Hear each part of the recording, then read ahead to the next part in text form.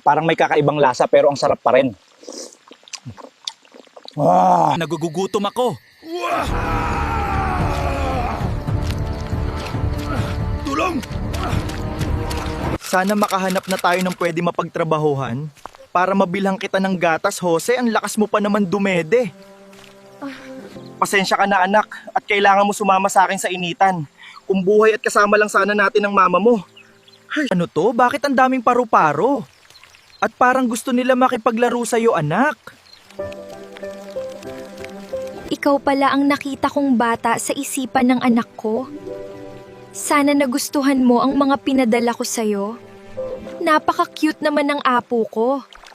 Nakuha mo ang magandang mukha at pagiging masayahin ng mama mo.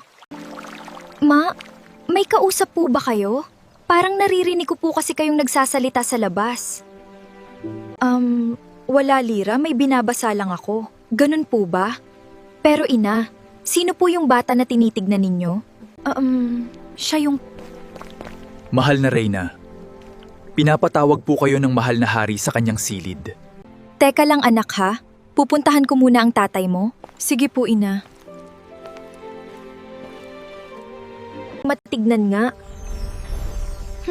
Bakit parang familiar sila sa akin?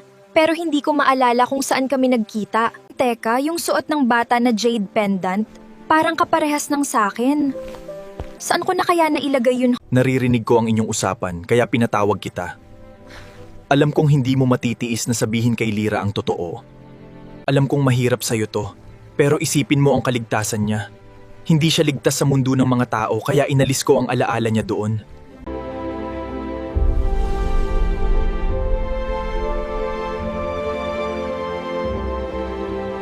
Sir, baka kailangan nyo po ng tauhan para sa pag-ani ng inyong mga mais.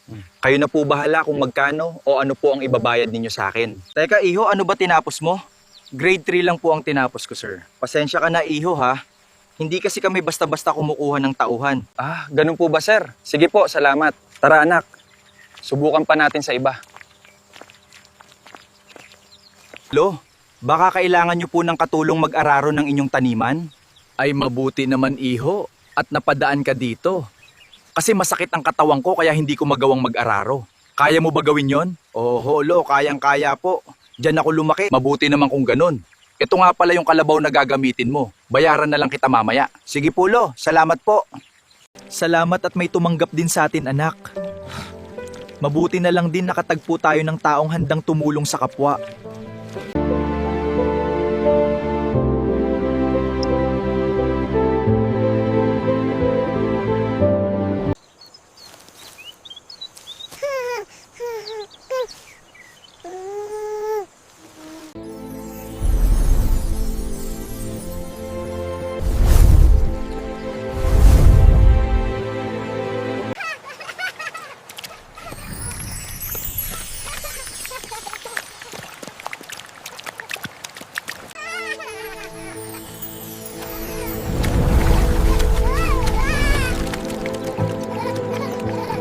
Hala, anak Jose, anong ginagawa mo dyan?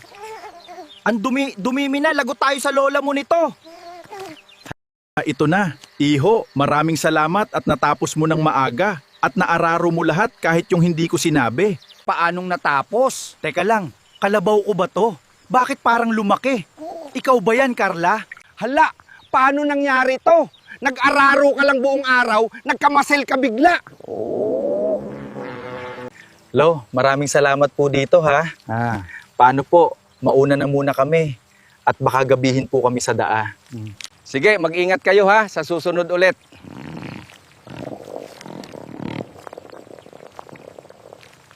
Nakakapagtaka lang anak. Paano natapos yung pag-araro? Samantalang nung natulog ako, wala pa sa kalahati yun. Ay, hayaan ko na nga yun. Lagot tayo nito sa lola mo pag-uwi at ang dungis-dungis nating dalawa. Yari ka sa akin.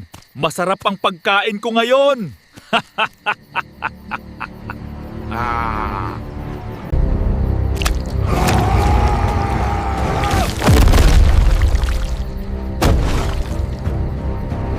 Anong klaseng kalabaw to? Bakit ang lakas? Pero hindi ako papatalo dahil gutom na ako.